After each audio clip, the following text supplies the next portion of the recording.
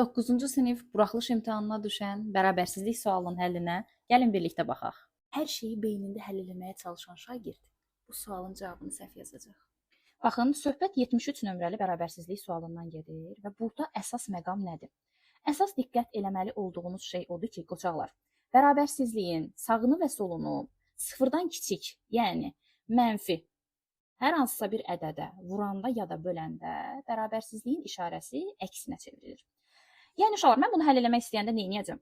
Mən birinci götürməliyəm, hər tərəfi 3 çıxılsın kök altda ona bölməliyəm. Düzdür?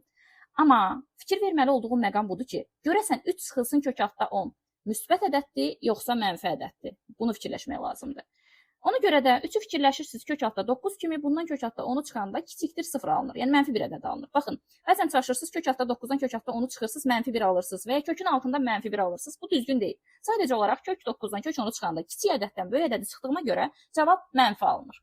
Kiçikdir 0 olduğu üçün hər tərəfi mən buna böləndə, bayaq da dediyim kimi, hər tərəfi buna bölməliyəm və böləndə nə alınacaq? Burada x qalacaq, buradakı işarə isə, yəni bərabərsizlik işarəsi isə özünün əksinə çevriləcək. Yəni kiçikdir işarəsidirsə bu artıq olacaq böyükdür işarəsi. Böyükdür 5,5-dən. Uşaqlar, sonra mən nə edirəm? Qayıdıram, görüm məndən nəyi soruşur, ona fikir verməliyəm.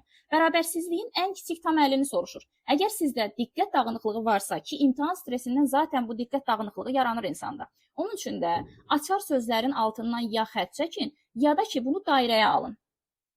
Xətt çəkmək daha yaxşıdır. Ən kiçik tam həllini soruşur bizdən. O zaman olacaq x bərabərdir 6. Niyə? Çünki 5,5-dən böyük ilk tam ədəd olacaq 6. Sizə yaxşı baxın, növbəti videolarda görüşənədək.